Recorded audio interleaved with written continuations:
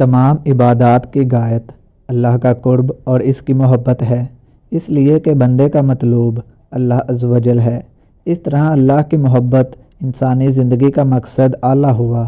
اس مقصد کو حاصل کرنے کے لیے اللہ سبحانہ و تعالیٰ نے قرآن حکیم میں مختلف مقامات پر ان تدابیر کو واضح کیا ہے جو بندے کے دل میں اللہ کی محبت پیدا کر سکتی ہیں۔ ایک آدمی دوسرے آدمی سے محبت کرتا ہے، ماں باپ اپنے بچوں سے محبت کرتے ہیں، قوم اپنے مخلص اور بے لوث رہبر سے محبت کرتی ہے، انسان بعض جانوروں سے بھی محبت کرتا ہے، بعض پودے اور پھول بھی اس کے دل کو اپنی جانب کھینچتے ہیں۔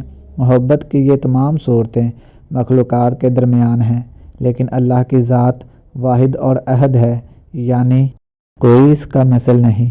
انسان اللہ کی ذات کا کوئی تصور تک قائم نہیں کر سکتا، اس لیے اللہ سے محبت کا معیار بالکل مختلف اور جدا ہے۔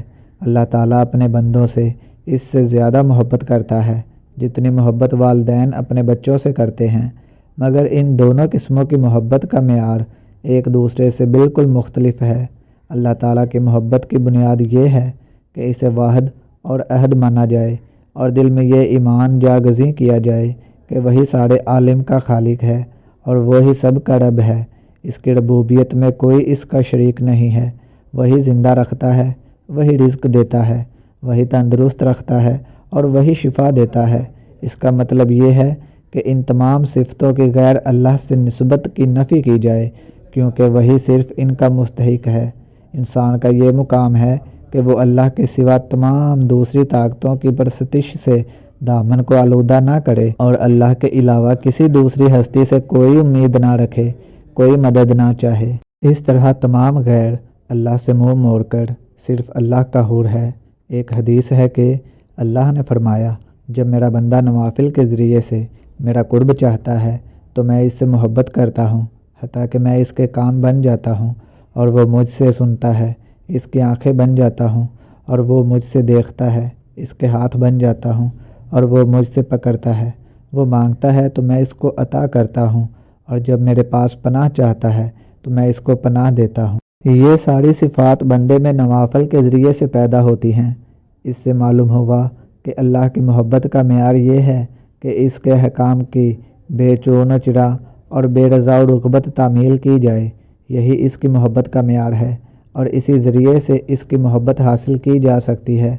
چنانچہ قرآن حکیم میں اس نقطے کو اللہ تعالیٰ نے نہایت واضح الفاظ میں یوں فرمایا کہ اگر بندہ چاہتا ہے کہ اللہ اس سے محبت کرے تو وہ اللہ کے رسول کی کامل اور مکمل اطاعت کرے، جن باتوں کا رسول اللہ نے حکم دیا ہے ان پر عمل کرے، اور جن کاموں سے آپ صلی اللہ علیہ وآلہ وسلم نے منع فرمایا ہے ان سے باز رہے۔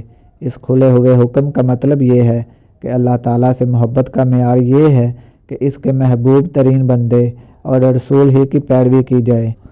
اگر کوئی بندہ نبی اکرم صلی اللہ علیہ وآلہ وسلم کی اطاعت کے بغیر اللہ کی محبت کا متمنی ہے تو وہ سخت گمراہی میں مبتلا ہے، اس لیے کہ اللہ کے نزدیک دین صرف اسلام ہے۔ جب واحد پسندیدہ راہ عمل اسلام کی مقرر کردہ ہے تو پھر کوئی دوسری راہ اللہ کی محبت کی جانب انسان کی رہبری نہیں کر سکتی۔ غرض اللہ کی محبت کا معیار قرآن کے احکام پر عمل کرنا اور اس کے رسول صلی اللہ علیہ وآلہ وسلم کی اطاعت کرنا ہے۔ یہی وسیلہ ہے جو انسان کے دل میں اللہ کی محبت پیدا کر سکتا ہے، اور اس کے ذریعے سے اللہ تعالیٰ بھی اپنے ایسے بندے سے محبت کرتا ہے۔ صحابہ کرام اس بلند مقام پر فائز تھے کہ اللہ تعالیٰ نے خوش ہو کر ان کی توصیف فرمائی کہ اللہ ان سے راضی ہو گیا اور وہ اللہ سے راضی ہو گئے۔ محبت کا یہی واحد معیار ہے جو اسلامی شریعت میں مطلوب ہے۔ اللہ تعالیٰ فرماتا ہے کہ ہم تمہاری شارک سے بھی زیادہ قریب ہیں۔ اس کا مطلب یہ ہوا کہ جو لوگ اللہ کی تلاش میں جنگل جنگل مارے مارے پھرتے اور صحرا کی خاک چھانتے پھرتے ہیں، وہ اسلام کی مقرر کردہ راہ سے انحراف کرتے ہیں اور اپنے لیے ایسی راہ متعین کرتے ہیں جو اسلام نے مقرر نہیں کی ہے۔ اسی طرح ایک اور مقام پر اللہ تعالیٰ فرماتا ہے کہ میں بندے سے اس قدر قریب ہوں کہ وہ جو چاہے مجھ سے مانگے، جب وہ مانگتا ہے تو ہم اس کی دعائیں سنتے اور اس کی تمنائیں پوری کرتے ہیں۔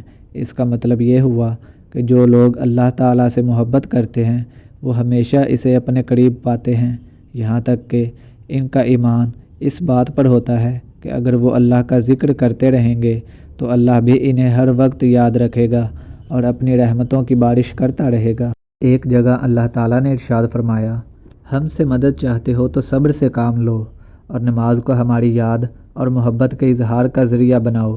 نماز اسلام کا انتہائی اہم ستون ہے اور لازماً شریعت اسلامی ہے۔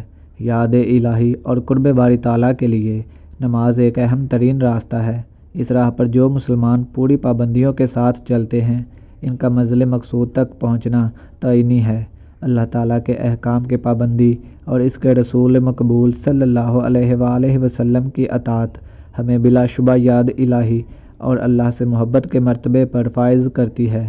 اس کا ایک راستہ یہ بھی ہے کہ ایک انسان دوسرے انسان سے محبت کرے، انسان کے شرف کا احترام کرے۔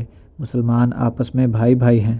یہ بھائی چارہ محبت اور خلوص و انس کا درس دیتا ہے۔ ہمیں اللہ کی طرف سے ہدایت ہے کہ ہم اپنے اخلاق کو بلند کریں اور زندگی کے ہر معاملے میں حسن و اخلاق کا مظاہرہ کریں۔ ہم مسلمان کسی مرحلے پر بھی یہ فراموش نہ کریں کہ رسول اکرم صلی اللہ علیہ وآلہ وسلم نے اپنی بعثت کا مقصد مکارم اخلاق کی تکمیل کو قرار دیا ہے۔ اخلاق کے بارے میں اس سے زیادہ پرعظمت و جلال بات نہیں ہو سکتی اور یہ واضح طور پر ہمیں صحیح راستہ دکھاتی ہے۔ مختصر یہ کہ اللہ سے محبت کا واحد طریقہ یہ ہے کہ رسول اکرم صلی اللہ علیہ وآلہ وسلم نے اللہ کی بندگی اور اطاعت کا جو قاعدہ سکھایا ہے اس پر بے چوں چراں عمل کیا جائے۔ یہی اللہ کا حکم ہے۔ اس نے فرمایا کہ اگر تم چاہتے ہو کہ اللہ تم سے محبت کرے تو اللہ کے رسول صلی اللہ علیہ وآلہ وسلم کی اطاعت کرو، اللہ بھی تم سے محبت کرنے لگے گا۔ اللہ کی محبت رسول صلی اللہ علیہ وآلہ وسلم کی اطاعت میں پوشیدہ ہے۔